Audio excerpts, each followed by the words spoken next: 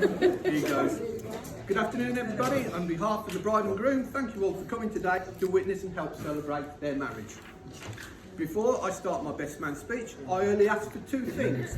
Please laugh if you think anything's funny, and please clap at the end of my speech. Because Kev said if I do a good job with that, there's always a chance I can do the next one for it.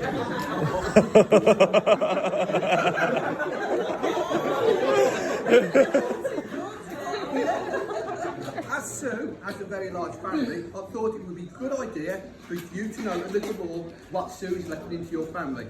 Plus, there might be one or two eye openers for Sue and Kev's family as well.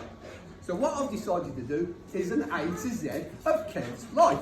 Uh-oh. I might go on a little bit, so I do apologise, because it's from A to Z. A is for April, born the 30th of April, 1963. B is for brother, caring, thoughtful, charming, supportive, talented. How lucky do you have your family as a brother? C is for car rally.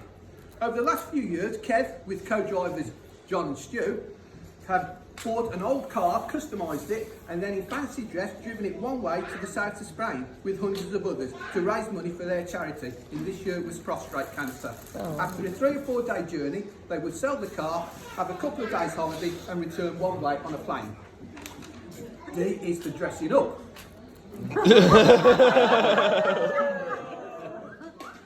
Give him a dress and a wig and he couldn't be more happier. Over the years he's been seen walking around Paisley with Dame Evelyn Everidge, an Andrew's sister, a Beverly sister and even in a red baby doll nightdress. This passion for dressing up is also there on holiday. At the end of a day skiing, Kev disappears, only to return from the market with a black skirt, a white shirt and a load of makeup to help the waitresses serve the holiday guests in the hotel their evening meal. It wasn't a bet, it wasn't a dare. I don't know why he's done it. It is for engagement. Kev proposed to Sue in December 2018. It was a very memorable occasion. Most men get down on one knee to propose. Kev got down on 2 knees and bet. F is for football, a keen football fan and Villa supporter, and over the years followed Villa all over the country and even to Europe, and was in Rotterdam to see them lift the European Cup in 1982. G is for goalkeeper, one of Kev's claims to fame. Tamworth, yes. A shout went out one night when Kev was in the bar. They were short of a goalkeeper. Anybody interested? So Kev stuck his hand up and said, I'll do it. Typical of Kev, always in the right place at the right time. H is for hairdresser.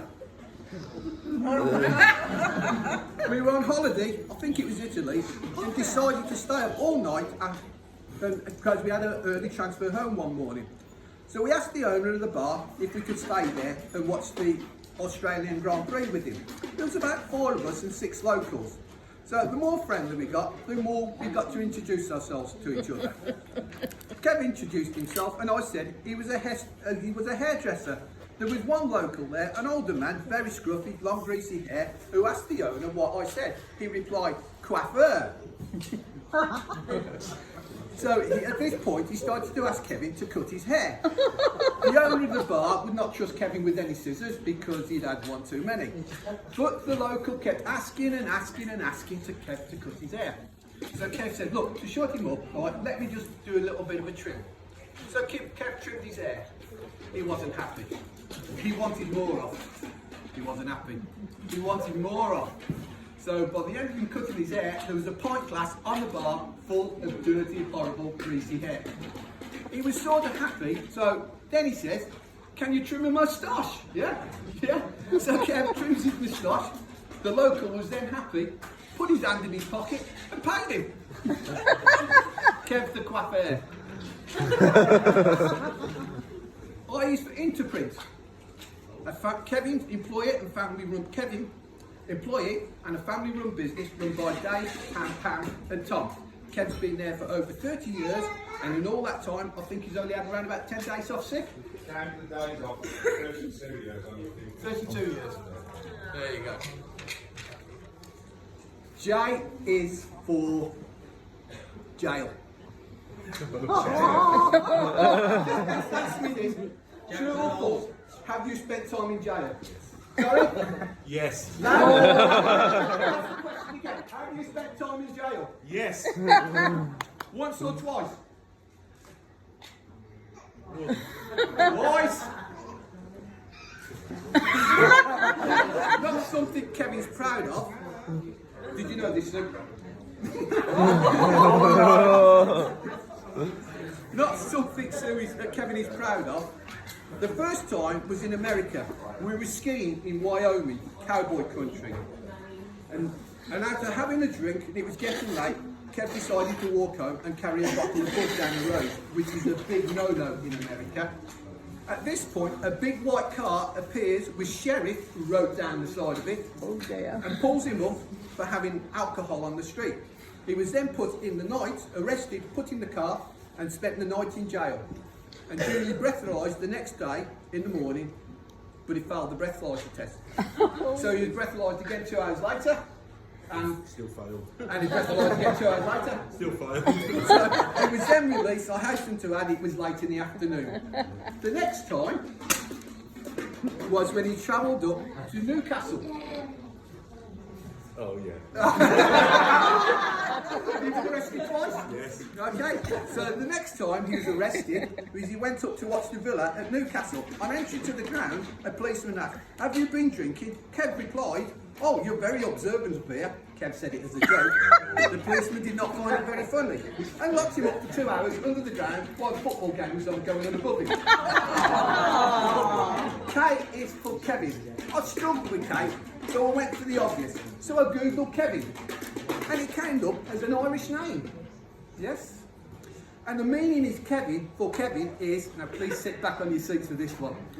The meaning for Kevin is handsome. Biggest start of the evening. Yes, obviously my mum and dad didn't know anything about Irish names.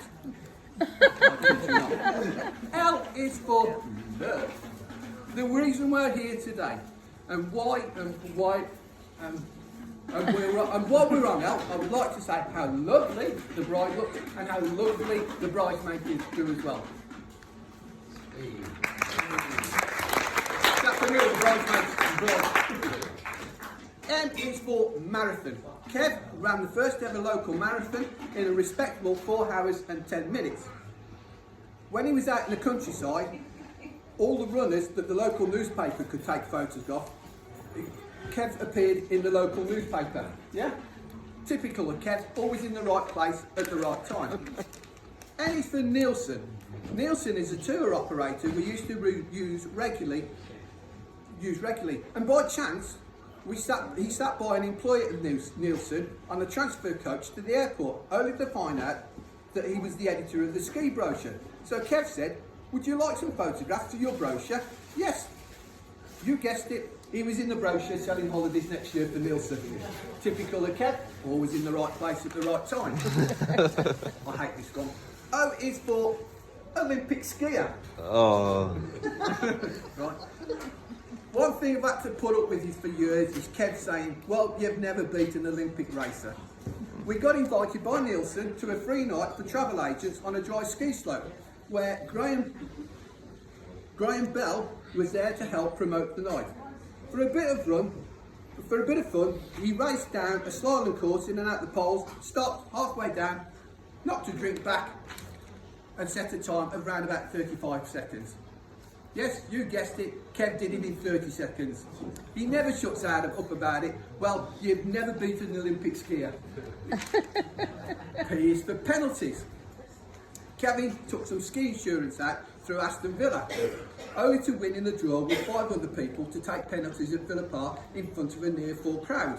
Yeah? Yeah? Near full crowd. The prize was to be king of the villa for the day. The official club photographer was there, and Kev ended up next week in the Villa programme taking penalties. Typical of Kev, always in the right place at the right time. Q is for Queen. Easy one this, Kev's favourite rock group. Yeah. R is for raft. Over the years ago, Kev's with his friends have helped build and sail rafts with his mates down the River Severn, the River Avon, and even the Anchor to raise money for charity. S is for ski. A keen skier for over 35 years. and skied all over Europe, America, Canada, and sometimes twice a year.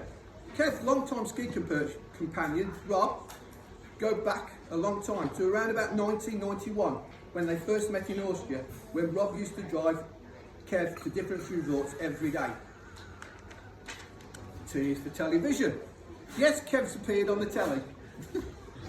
We were on holiday in Vail in America, and at the end of the day, Kev heard in the bar that there was an English film crew down the road. Typical of Kev. Kev legs it down the road to find out what was going on. Kev was asking about the programme, only to be said, "Oh, you're English, are you? Would you like to do a piece to camera?" So Kev spent about 20 minutes, talking to the film crew about what it's like to travel all the way over there and ski over there, and that was edited down to about 45 seconds on the programme. But yes, Kev's claim to fame, he's been on the telly. Typical of Kev, always in the right place at the right time. U is for underwear.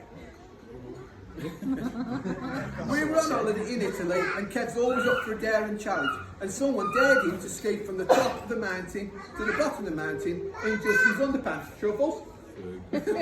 So within 30 seconds, his clothes was off in a rucksack. He chucked the rucksack to somebody, and that's it. He was off in just his pants, non-stop, from top to bottom. V is for Virgin. Kev's broadband provider.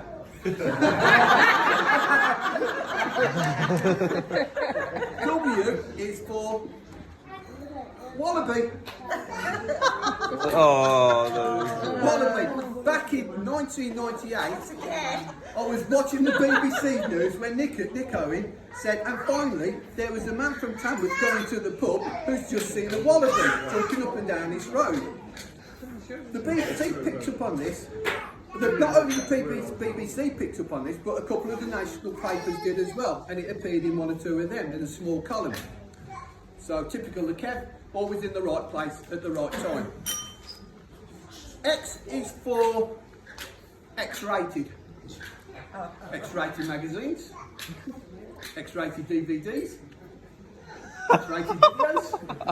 Okay, all young lads go through adolescence and that sort of thing. But Kev was embarrassed when my mum found him under his bed. But he was 47 at the time. That's the only one I made up. Everything else is true. I was 46. Y is for YTS. This stands for Youth Training Scheme, and it was set up in the 80s for school leavers. You know where I'm going with this? For school leaders as an introduction to work. Kev was then put on a screen as job placement to help a painter and decorator. Still no good? Okay. I'm working on the high-rise flats just over there. Kev and the other pupils were in the lift, and the lift got stuck and broke. Yeah? He was trapped in the lift for 40 minutes, where the local fire brigade came to rescue them all, and when the doors opened, the Tamworth Herald was there, camera and a report and photograph was taken. Typical of Kev, always in the right place at the right time. Z is for zest, the zest of life. Kev lives up life to the full. Always up for a laugh, always up for the joke, and there's never a dull moment when Kev's around. Even though Kev's soon paths crossed at school, and their friendship never really took off until the school reunion back in 2009, which I've said all along in my speech. Typical of Kev, always the right place at the right time. Yes. Now, that's the end of my speech, and I would all you please ask you to raise your glass and wish Kevin Sue all the best for the future. All the best. All the best. Well done, Pi.